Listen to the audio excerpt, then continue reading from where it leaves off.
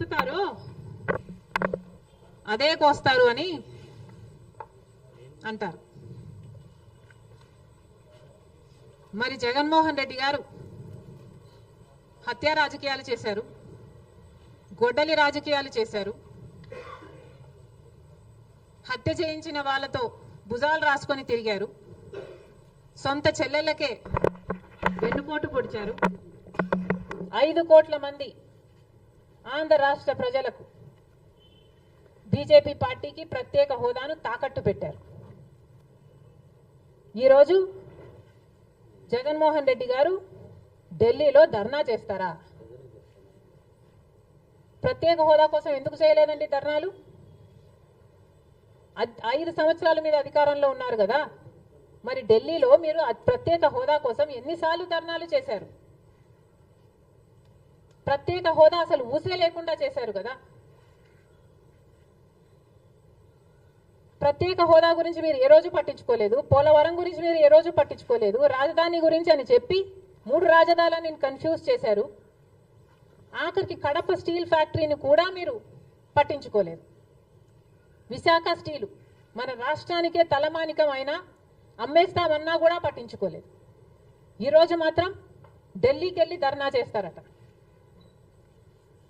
మీ కార్యకర్తను చంపేస్తే ఢిల్లీకి వెళ్ళి మీరు ధర్నా చేస్తున్నారే, మరి మీ సొంత చిన్నాన్నను చంపేసినప్పుడు మీరు ఢిల్లీలో ఎందుకు ధర్నా చేయలేదు న్యాయం కోసం? జగన్మోహన్ రెడ్డి గారు సమాధానం చెప్పాలి. ఒకవైపు ఇక్కడ అసెంబ్లీ జరుగుతుంది. అసెంబ్లీ జరుగుతున్న సమయంలో మీరు అసెంబ్లీలో ఉండకుండా ఉండే ధైర్యం మీకు లేక ఇలా సాకులు వెతుక్కొని మీరు ఢిల్లీ వెళ్తామంటున్నారే. అంటే అసెంబ్లీలో ఏ బిల్లు ప్రవేశపెట్టినా అది ప్రజలకు వ్యతిరేకమైన అది పాస్ అయిపోవాలనా? మీరు ఉన్నదే 11 మంది. కనీసం ఆ బిల్స్ మీద డిస్కషన్ మీకు అవసరం లేదా? మీరు కొట్లాడాల్సిన అవసరం లేదా? ఏం ఆలోచన చేస్తున్నారు జగన్మోహన్ రెడ్డి గారు? అసలు ఈ వెనుకొండలో జరిగిన హత్య కూడా పొలిటికల్ మర్డర్ ఇది కానే కాదు, ఇది వ్యక్తిగత మర్డర్ అని కూడా అంటున్నారు కదా. మేము ఏదో సాక్షి మీడియానో లేకపోతే టీడీపీ మీడియానో పట్టుకొని మాట్లాడటం లేదు. మా ఎంక్వైరీలు మేము చేసుకొని న్యూట్రల్ మీడియాతో లోకల్గా మేము మాట్లాడిన తర్వాత మేము వచ్చిన కన్క్లూషన్ ఏమిటి అంటే ఇది వ్యక్తిగత మర్డర్. మొన్నటి వరకు కూడా హత్య చేసిన వాళ్ళు, హత్య గురైన వాళ్ళు ఇద్దరూ వైసీపీతోనే ఉన్నారు. మరి అలాంటప్పుడు ఇది పొలిటికల్ మర్డర్ ఎలా అవుతుంది? ఈ పొలిటికల్ మర్డర్ అని మీరు చెప్పి మీరు ఢిల్లీకి వెళ్ళి ధర్నా చేస్తున్నారా? దేనికి?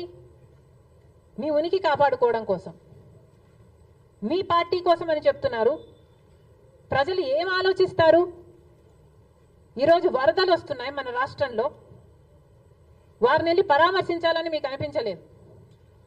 కానీ వ్యక్తిగత మర్డర్లో మీ పార్టీకి సంబంధించిన 2 కొట్టుకొని చచ్చిపోతే ఈరోజు మీరు ఢిల్లీకి వెళ్ళి ధర్నా చేస్తారా? ప్రజల కోసం మీరు ఎందుకు నిలబడలేదు? మీ పార్టీ వాళ్ళు ఓటేస్తే మీరు గెలిచారా? మీ పార్టీ వాళ్ళ కోసమే మీరు ముఖ్యమంత్రి అయ్యారా? 5 సంవత్సరాలుగా మీరు ప్రజల కోసం పనిచేయలేదు, కానీ ఈరోజు ఢిల్లీకి వెళ్ళి ధర్నా చేస్తారట. సిగ్గుండాలి కదా. కానీ ఈ విషయంలో పోలీసులను కూడా అడుగుతున్నాం. నడి రోడ్డు మీద ఇలా హత్యలు చేసుకుంటుంటే పోలీసులు ఏం చేస్తున్నారు? ఆంధ్ర రాష్ట్ర పోలీసులుగా మీ బాధ్యత కాదా లా అండ్ ఆర్డర్ మెయింటైన్ చేయడం? ముఖ్యమంత్రి గారు, డిప్యూటీ ముఖ్యమంత్రి గారు చంద్రబాబు గారు, పవన్ కళ్యాణ్ గారిని కూడా ప్రశ్నిస్తున్నాం. మీ హయాంలో నడి రోడ్డు మీద ఇలా మర్డర్లు జరిగితే మీరు బాధ్యులు కారా? మీకు ఆపాల్సిన బాధ్యత లేదా? లా అండ్ ఆర్డర్ ఉన్నట్ట చచ్చిపోయినట్ట మన రాష్ట్రంలో? మళ్ళీ చెప్తున్నాం, మీరు జోక్యం చేసుకోండి, ఇలాంటివి కాకుండా చూసుకోండి. పోలీసులు కూడా అప్రమత్తంగా ఉండాలి. ఈ లా అండ్ ఆర్డర్ సిచ్యువేషన్ని కంట్రోల్ చేయాల్సిన బాధ్యత పోలీసులకు ఉంది, ముఖ్యమంత్రికి ఉంది, డిప్యూటీ చీఫ్ మినిస్టర్కి ఉంది.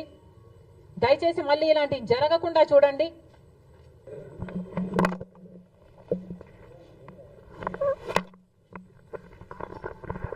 ఏది విత్తుతారో అదే కోస్తారు అని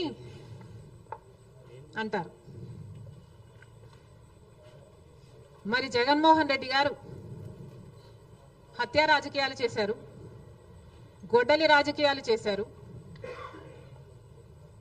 హత్య చేయించిన వాళ్ళతో భుజాలు రాసుకొని తిరిగారు, సొంత చెల్లెళ్ళకే వెన్నుపోటు పొడిచారు, 5 కోట్ల మంది ఆంధ్ర రాష్ట్ర ప్రజలకు బీజేపీ పార్టీకి ప్రత్యేక హోదాను తాకట్టు పెట్టారు. ఈరోజు జగన్మోహన్ రెడ్డి గారు ఢిల్లీలో ధర్నా చేస్తారా? ప్రత్యేక హోదా కోసం ఎందుకు చేయలేదండి ధర్నాలు? 5 సంవత్సరాల మీద అధికారంలో ఉన్నారు కదా, మరి ఢిల్లీలో మీరు ప్రత్యేక హోదా కోసం ఎన్నిసార్లు ధర్నాలు చేశారు? ప్రత్యేక హోదా అసలు ఊసే లేకుండా చేశారు కదా. ప్రత్యేక హోదా గురించి మీరు ఏ రోజు పట్టించుకోలేదు, పోలవరం గురించి మీరు ఏ రోజు పట్టించుకోలేదు, రాజధాని గురించి అని చెప్పి 3 రాజధానులను కన్ఫ్యూజ్ చేశారు. ఆఖరికి కడప స్టీల్ ఫ్యాక్టరీని కూడా మీరు పట్టించుకోలేదు. విశాఖ స్టీలు మన రాష్ట్రానికే తలమానికమైన అమ్మేస్తామన్నా కూడా పట్టించుకోలేదు. ఈరోజు మాత్రం ఢిల్లీకి వెళ్ళి ధర్నా చేస్తారట.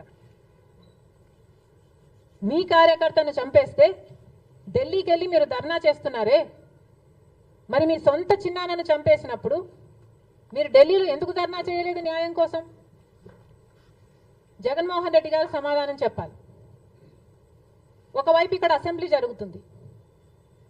అసెంబ్లీ జరుగుతున్న సమయంలో మీరు అసెంబ్లీలో ఉండకుండా ఉండే ధైర్యం మీకు లేక ఇలా సాకులు వెతుక్కొని మీరు ఢిల్లీ వెళ్తామంటున్నారే. అంటే అసెంబ్లీలో ఏ బిల్లు ప్రవేశపెట్టినా అది ప్రజలకు వ్యతిరేకమైన అది పాస్ అయిపోవాలనా? మీరు ఉన్నదే 11 మంది. కనీసం ఆ బిల్స్ మీద డిస్కషన్ మీకు అవసరం లేదా? మీరు కొట్లాడాల్సిన అవసరం లేదా? ఏం ఆలోచన చేస్తున్నారు జగన్మోహన్ రెడ్డి గారు?